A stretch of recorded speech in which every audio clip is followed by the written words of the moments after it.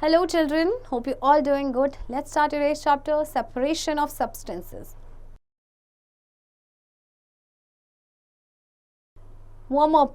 Ravi is eating banana. Before eating, he peels the skin of banana. Actually, he wants to eat only useful components of banana. This is the type of separation of useful thing.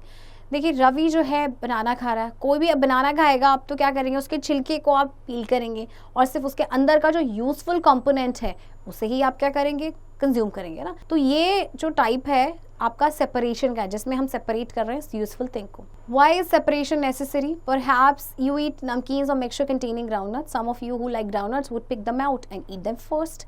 Those of you who don't like them would still pick them out and keep them separately. In both the cases, you are separating one component from a mixture to make it more suitable for your taste. We can obtain useful components from a mixture. There are many reasons because of which the unwanted materials are separated from valuable component. Some of the reasons are discussed as below.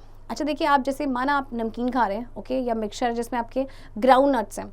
जिसे ground नट पसंद होगी यानी मूंगफलियाँ पसंद होगी, सबसे पहले उसको निकाल के सबसे पहले उसको खाना शुरू करेगा. और जिसे नहीं पसंद होगा वो भी क्या करेगा कि उसको निकाल के अलग कर देगा. तो दोनों ही केसेस में क्या है, कंपोनेंट को सेपरेट किया जा रहा है उसके मिक्सचर से, राइट. तो इस तरह से हम क्या करते हैं, सेपरेशन से क्या होता है कि किसी भी मिक्सचर से हम यूजफुल कंपोनेंट्स को निकाल सकते हैं. तो नंबर 1 मेथड है इसका, removal harmful components. In order to remove harmful components from the valuable components, separation is done. For example, harmful salts can be removed from water in order to make it fit for drinking. अच्छा देखिए, सबसे पहला जो reason है वो ये है कि हार्मफुल कंपोनेंट्स को रिमूव कर देना. जैसे कि वाटर में से जो हार्मफुल सॉल्ट्स हैं उनको निकाल दिया जाता है, जिसके बाद वो पीने के लिए फिट हो जाता है. To obtain pure substance. In order to obtain pure substance, impurities have to be removed. In the extraction of metals, refining is done so as to improve the quality of metal. अच्छा, pure substance को obtain करने के लिए भी separation की ज़रूरत होती है. जैसे कि अगर आपको प्योर सब्सटेंसेस चाहिए, उसमें कुछ इम्प्योरिटीज़ होती हैं तो उसे रिमूव करना पड़ता है. जैसे कि जो मेटल्स का एक्सट्रैक्शन होता है तो रिफाइनिंग की जाती है जिससे कि जो क्वालिटी है मेटल की वो इम्प्रूव हो सके. To obtain useful components in the extraction of metals, pure metals are obtain by applying different chemical methods. The pure metals have more value and importance. We obtain petrol and gasoline from petroleum in a refinery. Unwanted fractions of petroleum are left behind. अच्छा देखिए, जब extraction होता है metals का तो pure metals को extract किया जाता है, निकाला जाता है. उसमें क्या किया जाता है, डिफरेंट केमिकल मेथड्स होते हैं उनको अप्लाई किया जाता है. और उसके बाद जो प्योर मेटल होता है उसकी क्या होती है, उसकी वैल्यू और इंपॉर्टेंस और भी ज़्यादा हो जाती है पहले से. इसी तरह से जब पेट्रोलियम को निकाला जाता है तो पेट्रोलियम आपका जो क्रूड ऑयल है वो काफ़ी थिक होता है और उसकी रिफाइनिंग करके उसमें से बहुत सारे यूजफुल प्रोडक्ट्स को निकाला जाता है. Removing unwanted components. When we bring rice, pulses or wheat from the market, then small particles of sand, husk and stone are mixed in it. It cannot be put to cooking until the unwanted components are removed. Thus, we remove it by hand picking or sometimes by washing. अच्छा, कई बार जैसे market से दाल या rice लेकर आते हैं, wheat लेकर आते हैं, तो उसमें कई बार छोटे छोटे पार्टिकल्स होते हैं सैंड के, हस्क के या स्टोन के मिक्स होते हैं. अब ये क्या होता है, ये अनवांटेड कंपोनेंट्स होते हैं तो इनको रिमूव करना ज़रूरी होता है. Methods of separation.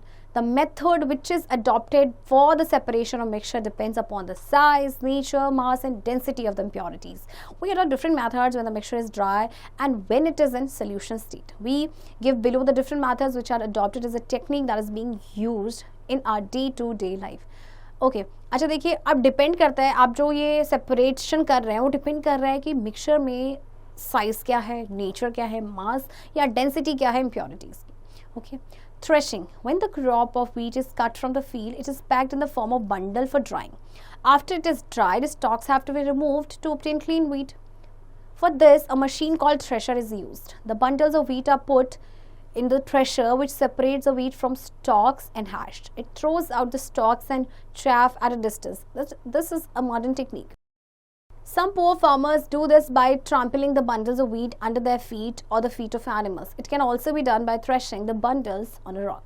अच्छा देखिए, जैसे वीट की क्रॉप है उसको कट किया जाता है फील्ड से, है ना. इसके बाद उसको बंडल में पैक किया जाता है ड्राइंग के लिए और जब ये ड्राई हो जाते हैं जो स्टॉक्स हैं उनको क्लीन मीट में वो जो रिमूव किए जाते हैं. फिर एक मशीन होती है थ्रेशर जिसको यूज़ किया जाता है इस काम के लिए. फिर जो बंडल्स होते हैं वीट के उनको थ्रेशर में रखा जाता है जिससे कि जो वीट है उनके स्टॉक से हैश से अलग हो जाता है. ओके. तो ये आपका मॉडर्न टेक्निक है. पहले के टाइम पे क्या करते थे फार्मर्स, अपने पैरों से ट्रैम्पल करते थे ये बंडल्स ऑफ व्हीट को, या फिर जो एनिमल्स थे उनको चलाते थे, उनकी फीट से वो ट्रैम्पल होते थे, right. Winnowing. A farmer gets a mixture of chaff and grain after threshing. In order to separate chaff from the grain, a farmer adopts the method of winnowing. अच्छा देखिए, जब फार्मर को एक mixture मिलता है chaff और grain का threshing के बाद, तो अब चाफ को ग्रेन से अलग करना है, उसके लिए तो विनोविंग का मेथड जो है वो यूज किया जाता है. Hand picking. It is a common method you witness at your home when you see your mother hand-picking small pieces of stones or grains from rice, pulses and spices before cooking the food. The method involves the removal of undesirable constituents that are visible and different in their shape, size or color from the other constituents of the mixture. The method is used mostly when undesirable constituents are present in small quantities.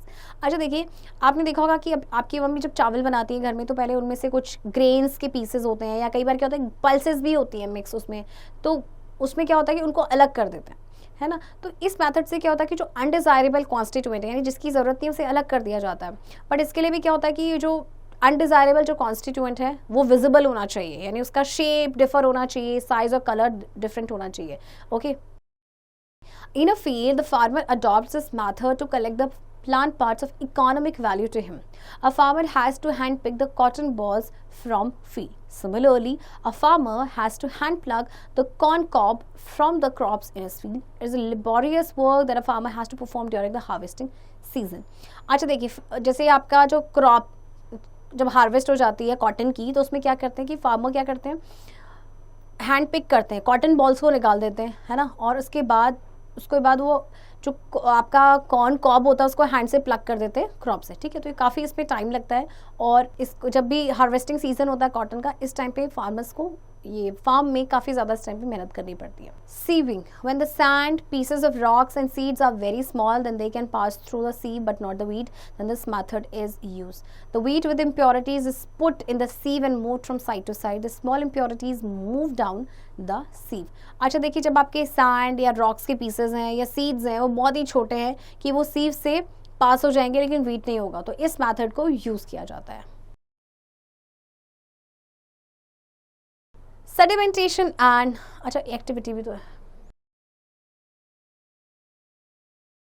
Activity 1. Collect some soil from the garden bed. Now take a sieve and put soil on it and place the paper below the sieve. Sieve the mixture. What do you observe? You will observe that the smaller particles of soil collect on the paper while bigger lumps of soil and pebbles remain on the sieve.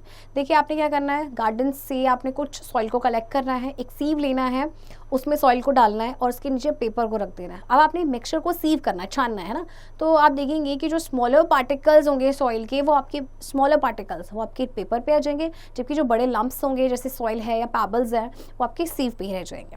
Sedimentation and decantation. You must have seen your mother washing away pulses and vegetables before cooking them. You know why? This is done because some impurities are get removed by washing them. This process is called sedimentation and decantation.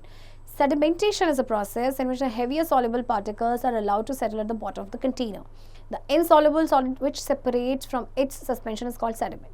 When the heavier insoluble particles settle down at the bottom, the liquid is poured gently. So those insoluble impurities do not get disturbed. It is called decantation. अच्छा देखिए, आपने अपनी mummy को देखा है जो वो vegetables या पल्सेस को धोती हैं, है ना, क्योंकि कुछ इम्प्योरिटीज़ होती हैं जो सिर्फ वॉश करने से ही रिमूव हो जाती हैं. तो ये होता है आपका सेडिमेंटेशन एंड डिकेंटेशन का प्रोसेस. अब सेडिमेंटेशन क्या प्रोसेस है, जिसमें जो हेवियर इनसॉल्युबल पार्टिकल्स हैं जो पानी में डिजोल्व नहीं हो पाते हैं वो सेटल डाउन हो जाते हैं कंटेनर के बॉटम में. ओके. अच्छा, जो सॉलिड आपका जो इनसॉल्युबल सॉलिड है जो सेपरेट हो जाता है सस्पेंशन से, दैट इज कॉल्ड सेडिमेंट. अब जो हेवियर इनसॉल्युबल पार्टिकल्स हैं जो आपके बॉटम में आपके सेटल डाउन हो गए, तो जो ऊपर आपका लिक्विड है क्लियर, उस लिक्विड को पोर किया जाता है जेंटली किसी दूसरे कंटेनर में. ओके. और इस तरह से किया जाता है कि जो इनसॉल्युबल इम्प्योरिटीज हैं वो डिस्टर्ब ना हो. तो this is called decantation. Activity 2. Take some muddy water in a beaker, allow it to stand and disturb for some time. After an hour, you will observe all the mud particles settle at the bottom of the beaker and a layer of clear water can be seen on it. Now separate the mud from the clear water. आपने muddy water लेना है एक beaker में, उसको आप कुछ time के लिए अनडिस्टर्ब छोड़ देंगे. तो आप 1 घंटे के बाद देखेंगे या आधे घंटे के बाद आप उसे नोटिस करेंगे, देखेंगे कि मड पार्टिकल जो है आपके बॉटम में सेटल हो चुके हैं और ऊपर क्लियर वाटर है. अब आप इस मड को क्लियर वाटर से अलग कर सकते हैं, यानी दूसरे कंटेनर में आप वो क्लियर वाटर को डाल देंगे, देन मड अलग हो जाएगा और आपका क्लियर वाटर अलग हो जाएगा. Filtration. When the impurities are so small that they are fixed between the molecules of water और remain suspended then this technique is use. देखिए जब काफ़ी जो इम्प्योरिटी बहुत ही स्मॉलर होती है कि वो सस्पेंडेड रहती है तो इस टेक्निक का यूज़ किया जाता है। In laboratory a filter paper is commonly use for filtration. The liquid part of the mixture which passes through the filter paper or any other porous material during filtration is called filtrate. The solid material left behind on the filter paper is called residue. Beds of stone and sand are used for filtering water for public supply. देखिए filter paper ये इस तरह से आपको दिया गया, ये आपको लैब में मिलेगा, राइट। फिल्टर पेपर को फोल्ड करके कोन की फॉर्म इसको दे दी जाती है। इसमें क्या किया जाता है, जैसे फनल में आपने रखा, इसमें क्या होगा कि पानी को डालेंगे, ओके, पानी जो है आपका क्लियर वाटर नीचे आ जाएगा और जो बहुत ही जो छोटे पार्टिकल्स हैं वो आपके फिल्टर पेपर पे चिपक जाएंगे। In our homes, schools and offices special water filters are used. The tap water is filled in these filters. Then filters contain a porous pot made of ceramic. It acts as a filter. When water passes through the porous pot, the solid impurities are left behind and the water passes through. This way it becomes fit for drinking. हमारे देखिए घरों में, schools में, office में जो special filters use किए जाते हैं वाटर को फिल्टर करने के लिए, है ना, जो टैप वाटर है वो इस फिल्टर से आपका फिल्ड होता है। देन फिल्टर्स में आपके पोरस स्पॉट होते हैं जो कि आपके सिरामिक से बने होते हैं। ये एक फिल्टर की तरह एक्ट करता है। जब वाटर पास करता है इस पोरस स्पॉट में तो जो सॉलिड इम्प्योरिटीज़ होती हैं वो इसमें क्या हो जाती हैं, आपकी रह जाती हैं, ठीक है, और इस तरह से जो आपका पानी है वो पीने के लिए एकदम फिट हो जाता है। Nowadays, electric water filters or water purifiers are very common. Reverse osmosis is a water purification technology that uses a semi-permeable membrane to remove large particles from drinking water. In reverse osmosis, an applied pressure is used to overcome osmotic pressure. A colligative property, that is a thermodynamic parameter. Reverse osmosis can remove many types of molecules and ions from solutions including bacteria and is used in both industrial process and the production of portable water. अच्छा, आजकल देखिए जो electric water filters या water purifiers को use किया जाता है, RO जिसे कहते हैं रिवर्स ऑस्मोसिस, ये आपका एक कॉमन वाटर प्योरीफायर है। ये आपकी प्योरीफिकेशन टेक्नोलॉजी है जो कि जिसको सेमी परमेबल मेम्ब्रेन का यूज़ करता है लार्ज पार्टिकल्स को ड्रिंकिंग वाटर में से रिमूव करने के लिए, राइट। तो इसमें क्या होता है कि देखिए इस रिवर्स ऑस्मोसिस में, नहीं आरओ में, आपके बहुत तरह के जो मॉलिक्यूल्स हैं, आयंस हैं, वो आपके रिमूव हो जाते हैं। इसमें बैक्टीरिया भी आपके रिमूव हो जाते हैं, ओके। और इसको इंडस्ट्रियल प्रोसेस में भी यूज़ किया जाता है और वाटर को पोर्टेबल बनाने के लिए भी यूज़ किया जाता है। Evaporation, when the unwanted component in liquid, say water, and the component we require is solid in nature, then this method is used. In this method, the mixture is heated on a stove. The impure liquid evaporates, leaving behind required solid component. अच्छा देखिए, जब कोई unwanted component जैसे liquid में यानी water में है और कंपोनेंट हमें जो चाहिए वो आपका सॉलिड में है उसका नेचर, तब इवेपोरेशन मेथड का यूज़ किया जाता है, राइट। इसमें क्या किया जाता है कि मिक्सचर को हीट किया जाता है, फिर जो इम्प्योर लिक्विड आपका इवेपोरेट हो जाता है और जो सॉलिड कंपोनेंट है वो नीचे बच जाता है। Activity 3. Take a china dish and add some water to it. Mix a teaspoonful of salt in it. Stir the mixture well. Can you see any salt in the china dish? It seems to disappear, but has it really? Now heat the china dish containing the mixture of salt and water till all the water boils away. What is left in china dish? You have separated salt from water by evaporating the water. आपने एक China dish लेना है, उसमें कुछ water लेना है और उसमें 1 चम्मच आपने सॉल्ट का डिसॉल्व कर देना है। अच्छे से मिक्सचर को स्टर करना है। अब आप देखेंगे कि जो सॉल्ट है वो डिसअपियर हो गया है ना, क्योंकि वो नज़र नहीं आएगा, पानी में घुल गया। अब अपनी चाइना डिश को हीट करना है, राइट। इसके बाद वाटर बॉईल होना स्टार्ट होगा और कुछ देर के बाद आप देखेंगे कि जो वाटर जो है इवेपोरेट हो जाएगा और चाइना डिश में क्या बचेगा, salt. The process of evaporation is used in making common salt near the sea coast. Sea water is allowed to be collected near seashore in shallow and large pits. The sun rays heat the water, due to which it undergoes evaporation. The evaporating water leaves behind the salt. The residue left on the evaporation is a mixture of salts. Common salt is separated from this mixture by further purification. अच्छा देखिए, जो process है ना evaporation का, इसको आपको पता है नमक बनाने के लिए यूज़ किया जाता है। समुद्र से सी वाटर को कलेक्ट किया जाता है सी शोर के पास, एक आपके बड़े बड़े और शैलो पेट्स होते हैं। फिर सन रेज की वजह से क्या होता है, इवेपोरेशन होता है और बड़े बड़े जो है आपके हीप बन जाते हैं सॉल्ट के। इसके बाद इस सॉल्ट को, इसमें से जो भी इम्प्योरिटीज़ हैं, इनको फर्दर आपका प्योरीफाई किया जाता है और फिर हम इसे यूज़ करते हैं। Use of more than one method of separation. We have studied some methods of separation of substances from their mixture. Often, one method is not sufficient to separate the different substances present in a mixture. In such a situation, we need to use more than one of these methods. अच्छा, कई बार क्या होता है कि ना, अभी तक हमने जो मेथड पढ़े, कई बार क्या होता है कि एक मेथड जो होता है ना वो आपका सफिशिएंट नहीं होता, तो इसीलिए हम क्या करते हैं कि कुछ एक या एक से ज़्यादा मैथड्स के, मोर देन वन मैथड को हम यूज़ करते हैं. Activity 4, take a mixture of salt and salt. Now how do we separate the two? Take this mixture in a beaker, add water to the mixture, leave this mixture undisturbed for some time.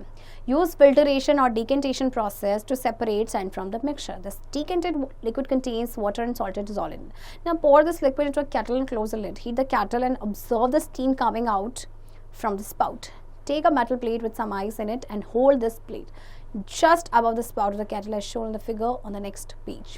देखिए आपको क्या करना है, एक mixture लेना है salt and sand का. अब आप सॉल्ट और सैंड को किस तरह से अलग करेंगे? सबसे पहले इस मिक्सचर को आपने बीकर में लेना है, पानी डालना है, फिर इस मिक्सचर को आप अनडिस्टर्ब छोड़ देंगे थोड़ी देर के लिए. सैंड पार्टिकल जो है आपका वो डिसॉल्व नहीं हो पाएगा वाटर में, इसीलिए तो जब आप उसे अनडिस्टर्ब छोड़ेंगे तो जो सैंड पार्टिकल्स हैं आपके वो बॉटम में आ जाएंगे. फिर सेडिमेंटेशन एंड डिकेंटेशन मेथड से हम क्या कर सकते हैं, अलग कर सकते हैं. अब आपके पास जो लिक्विड आया है उसमें क्या होगा, आपका सॉल्ट डिसॉल्व होगा. अब इस लिक्विड को आपने कैटल में पोर करना है, लिड को क्लोज करना है. कैटल को आप हीट करेंगे और देखेंगे कि स्टीम जो है वो स्पाउट से आ रही है. एक मेटल प्लेट को लेना है जिसमें कुछ आइस होगा और इस प्लेट को होल्ड करना है जस्ट कैटल के स्पाउट के ऊपर. You will observe when the steam comes in contact with the metal plate, it condenses and form water and salt is left behind in the kettle. आप देखेंगे कि जब स्टीम जो है उस मेटल प्लेट के कांटेक्ट में आती है तो वो कंडेंस होकर वाटर बन जाता है और जो सॉल्ट है वो आपका कैटल में रह जाएगा. Solution. You might have noticed many cool drink shops set up both in villages and in cities during summer. We use different kinds of drinks to quench our thirst. What are the drinks that you make at your home? How do you make them? What are the substances that dissolve when you prepare salt water? We can use water and salt for preparing salt water. In the same way, we can prepare sugar solution. In the above mentioned experiments, it is a solid substance that are dissolved in liquid. Similarly, can we dissolve a liquid in another liquid? Let's see two activities where liquids are mixed up. अच्छा देखिए, आपने देखा होगा कि गर्मी के time पे आप कुछ कूल ड्रिंक्स पीते हैं, शॉप्स पे लगे होते हैं आपके विलेजेस या सिटीज़ में, है ना. उसमें हम डिफरेंट तरह के जो हैं ड्रिंक्स का हम यूज़ करते हैं अपने प्यास को बुझाने के लिए. ये क्या हम इनको अपने घर में बना सकते हैं? कैसे बनाते हैं? कौन कौन से सब्सटेंस इसमें आपके डिजॉल्व होते हैं जिससे कि ये बनता है, राइट.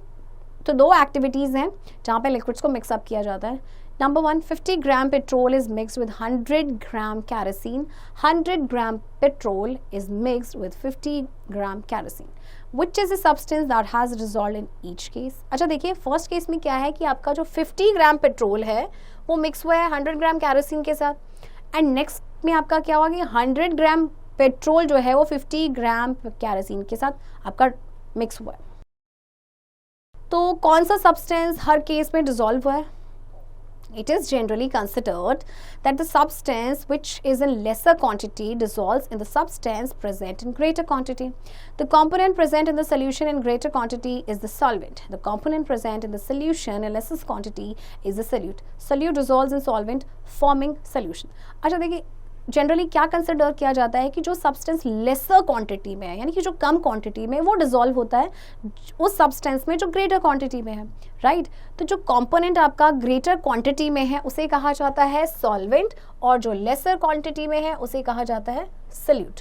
एंड जब आपके सल्यूट एंड सॉल्वेंट दोनों मिक्स होते हैं तो बनता है solution. Do you know what? Water can dissolve in it a great number of substances. So water is considered a universal solvent. Water के अंदर आप बहुत सारी चीज़ों को आप डिसॉल्व कर सकते हैं, इसीलिए वाटर को एक यूनिवर्सल सॉल्वेंट कहा जाता है. How much can be dissolved? Take a glass of water, dissolve half a spoon of sugar and taste it. If we dissolve 1 spoon of sugar to it, what would be the difference in taste? What change have we made in the amount of solute and solvent here? अच्छा, बात आती है कि आप कितना dissolve कर सकते हैं. एक पानी का ग्लास लेना है, उसमें हाफ चम्मच आपने शुगर डालना है, फिर उसको टेस्ट करना है. अब आप 1 चम्मच शुगर डालेंगे और क्या आपको उसके टेस्ट में थोड़ा सा डिफरेंस नज़र आएगा, है ना. एंड क्या चेंज हम कर सकते हैं अगर हम अमाउंट में अगर जो सोल्यूट या सॉल्वेंट का है क्या उनमें चेंजेस आए हैं. The concentration of a solution is referred to as the amount of solute dissolved in a fixed amount of solvent. If the amount of solute dissolved is greater, it is a concentrated solution, and as the amount of solute dissolved is lesser, it is a diluted solution. Okay, अगर जो solute जो dissolve हुआ है उसका amount ज़्यादा है तो उसे कॉन्सेंट्रेटेड सोल्यूशन कहा जाता है, और अगर सोल्यूट का अमाउंट कम है तो उसे कहा जाता है diluted solution. The ability of solute to dissolve in a liquid and form a solution is called solubility. Generally, the solubility of a solid solute increase with increase in temperature. A solution in which more solute can dissolve at a particular temperature is called saturated solution. Okay किसी भी solute की ability कि वो liquid में आपका dissolve होता है और एक सोल्यूशन बनाता है, उसे कहा जाता है सॉल्युबिलिटी। अच्छा, किसी भी सॉल्यूट की सॉल्युबिलिटी को इंक्रीज किया जा सकता है अगर हम टेम्परेचर को इंक्रीज कर दें, है ना। और किसी भी सोल्यूशन में अगर कोई ज़्यादा सोल्यूट को हम डिजॉल्व नहीं कर सकते किसी पर्टिकुलर टेम्परेचर में, तो उसे कहा जाता है saturated solution. Activity 5. Take some water in a beaker and mix salt in it until it cannot dissolve any more salt. This will give you a saturated solution of salt in water. Now, add a small quantity of salt to this saturated solution and heat it. What do you find? What happens to the undissolved salt in the bottom of the beaker? Does it dissolve? No. If yes, can some more salt be dissolved in the solution by heating it? Let this hot solution cool. Does the salt appear to settle at the bottom of the beaker again? So we can see that in heating solubility of a solution can increase. आपने कुछ पानी लेना है beaker में और इसमें salt को mix करना है जब तक कि और ज़्यादा सॉल्ट उसमें डिजॉल्व नहीं हो सकता। इससे आपको सैचुरेटेड सोल्यूशन मिल जाएगा। अब आपने थोड़ा सा क्वांटिटी डालना है सॉल्ट का सैचुरेटेड सोल्यूशन में और उसको हीट करना है ना। तो जब आप हीट करेंगे तो आप कुछ ऑब्जर्व करेंगे, तो आप कह सकते हैं कि ऑन हीट करने पे किसी भी सोल्यूशन की सॉल्युबिलिटी को इंक्रीज किया जा सकता है। Notes for the chapter. Handpicking is the most common method of separating solid particulate substance at home. Sieving is used to sieve tea leaves while preparing tea at home. Sedimentation followed by decantation is used to separate fine particulate matter from liquids. Different methods of separation of mixtures are sedimentation, decantation, threshing, etc. In the mixture of sand and water, the heavier sand particles settle at the bottom by the process of sedimentation. Water is then removed from the mixture of sand and water after sedimentation by the process of decantation. Water can dissolve different amounts of soluble substances in it. On heating, more substances can be dissolved in this solution. Children, I hope आपको chapter समझ आया होगा and इस chapter की practice अब आप खुद से करेंगे।